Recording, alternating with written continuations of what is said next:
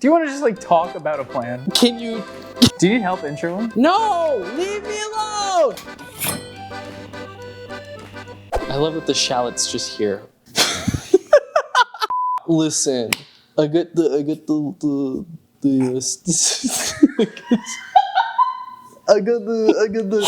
Good evening. Welcome back to Shef Satt, the show where we have absolutely no idea what we're doing. Today is our Q&A episode. Super fun. We're gonna be answering some of the questions that you asked us on all of our socials. The first question we got, actually, was very interesting. You have oysters, blueberries, and potatoes. What do you make? I said, I don't know. But that's what the internet's for. Today we're making oysters on a half shell with a blueberry mignonette. Fancy. And to pair with that for the potatoes, we're making a croquette, a form of that. So without further ado, let's get into your questions and let us chef.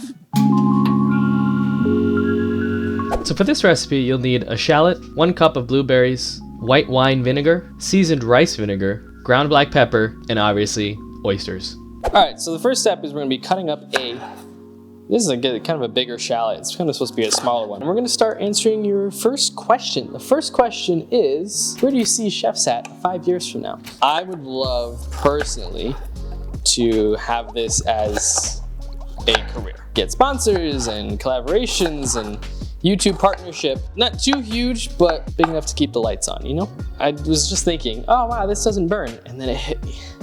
Oh my God, this is starting to be pretty bad. I need a break. How much shallot do you have? Oh, what? We have a brand new cutting board. Thank you so much to Heath for sending it over. You're the best. I can't wait to cook with you someday. We're gonna take a bowl and put we got some white wine vinegar and seasoned rice vinegar. I'm gonna wash my hands real quick. All right, now we're gonna put the rice wine vinegar. White? We're gonna, hold on. A 1/4 cup of white wine vinegar. Pour that in there. And then a 1/4 cup of seasoned rice vinegar. Never really tried either of these. I'm very interested to see how it tastes. It says to put 1 medium shallot. This is a pretty dang large shallot. So I think I'm gonna do, not all of it, but wow, that totally missed the bowl. We're gonna take our 1 cup of blueberries, literally in a cup, and we're gonna put it in a food processor. Now, this is a very old food processor that I grew up with, so it's a little broken, so hopefully no blueberries go flying. That smells lovely. So now we're gonna put this in our rice wine mixture with our shallots. And then we're gonna add about 1/2 teaspoon of black pepper. This is a very interesting mixture. That's it, that's our mignonette recipe. Mixture all put together. We're going to cover this and put it in the fridge for a decent amount of time so that it marinates and all the flavors get in there. But now we're gonna go over to the croquettes, the potato little nuggets, whatever you wanna call them. For this recipe, you'll need golden potatoes, cornstarch, granulated bouillon powder, salt, ground black pepper, and celery leaves. The potato, the forbidden apple. I once took a bite out of a potato in the last episode. I don't know if you noticed. I'm sure you did. Oh, good Lord. It wasn't that good, honestly. So what you're gonna wanna do is take your golden potatoes and wash them, get all that dirt off of there because they came from the ground, nasty. And then we're gonna peel them so that it's just no skin. You don't want any skin because that defeats the whole purpose. So I'm gonna go do that now and we'll be back with my naked potatoes. Now that we have our forbidden mangoes, we can stick these in a pot of water and boil them. You're basically making mashed potatoes. So however long it takes for your potatoes to boil down to become mushy and awesome, these will probably take around 20 to 30 minutes, so we'll see how long it goes. Catch you when it's done. 1 minute, 37 seconds later. Welcome back. It's been 30 years, more like 30 minutes. So we have our now cooked potato. If you can't tell, it's very hot.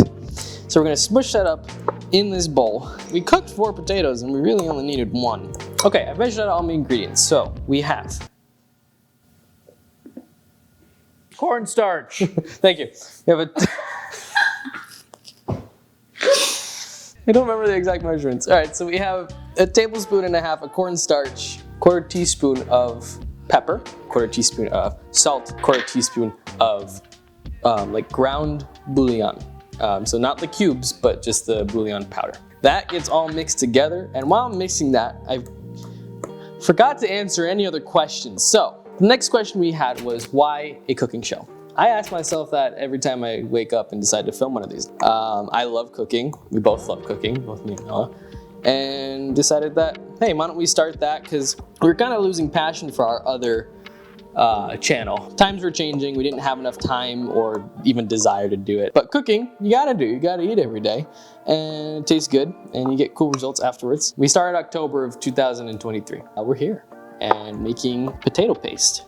After you mix all that together very well, it's looking very nice and lovely. We're gonna cut up some of these celery leaves, get it all like nicely finely chopped as if you're chopping up like parsley or cilantro. Like if this was like an inch lower, it'd be a much more comfortable. Or maybe if I just wasn't 5'8" and was like 6 foot. Sprinkle that in here.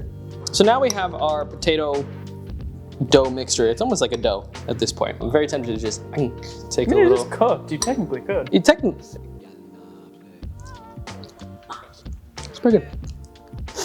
Well, actually, you're gonna take a little bit and just roll it up to an itty bitty ball. It's like Play-Doh. It's exactly like Play-Doh. So we're gonna roll up a bunch of these and then you put them in a pan and you fry it in some oil till they're like not even golden brown. Well, it depends on how crunchy you want it. So while I roll these up, I'm gonna answer another question.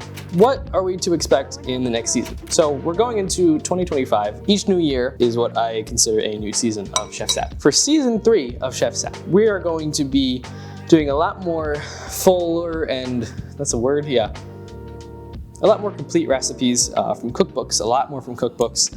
We're gonna have more guests on the show, and we also have a few other exciting things in store that are a surprise and a secret, so don't tell anybody. So this should be enough. I'm gonna go fry these up. Hey, I've been here. Don't worry, don't fret. I've been tasked with actually performing the surgery on the oysters. Most safe way to do it is to have a cloth, one that's preferably laid out pretty thin, wrapped kind of like this. Look at that, cute little thing. Hey there, buddy. What you're gonna do is you're gonna loop your thumb underneath the cloth, wrap your other 2 fingers around and kind of push. Because when you use your knife, you're gonna go into the back of it. You don't wanna like stab yourself. Typically, you're supposed to do this with like a real oyster knife, which they actually exist. There's like a specific knife that's used exclusively for oysters. We don't have that. So we're using a butter knife, but we're gonna make the most of it and it should work. So we'll see. Now that you've got this, you've got your thumb protected, so there's no stabby. You can just place the oyster, just kind of hold it firm. You want the knuckle part, the joint, to be on the outside. That's what you're gonna poke into. And you just kind of hold the oyster down real firm with your other hand. Now you go right into that knuckle right in the back. You just kind of just wiggle it and put some pressure on there. Just keep pushing in, wiggling until you hear a pop, just like that. You just go right around the outside edge. And then you just kind of slide your knife in to remove the membrane from the top part of the shell. And this one was bad. Rest in peace to our buddy here. That was perfect, and it's dead. So this is what typically it's supposed to look like. It's a snot rock, so it's just a little muscle in there. I don't like oysters. Why we're making this is because one of you asked, and we deliver on what we've been asked. While I'm here, I'm gonna answer some questions too, because there were quite a few more. It wasn't just the 3. What's the inspiration behind the hats, and what makes us choose our hats? The first day of filming, we had just decided that we were going to wear chef hats, but we didn't have chef hats. So we just like found whatever hats we had. And so from then on, it just became a thing. Like this was gonna be our thing. This was gonna be our trademark kind of. Hence why Shef Satt is Shef Satt. If you say it fast enough, it sounds like chef's hat. In case any of you have been watching this and have no idea why we named it that, because it's super confusing unless you get the really niche context. How do we find recipe ideas? We know that we're gonna film pretty much every week.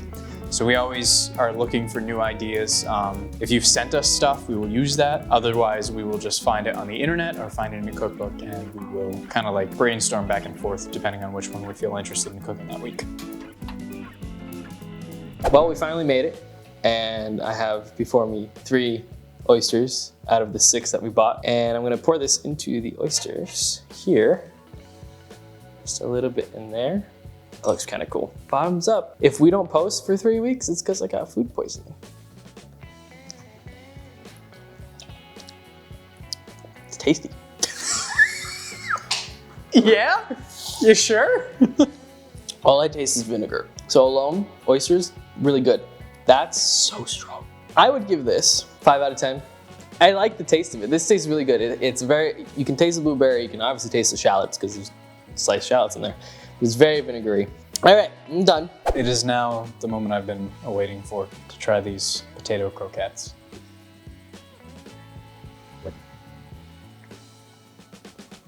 Ladies and gentlemen, that is a potato.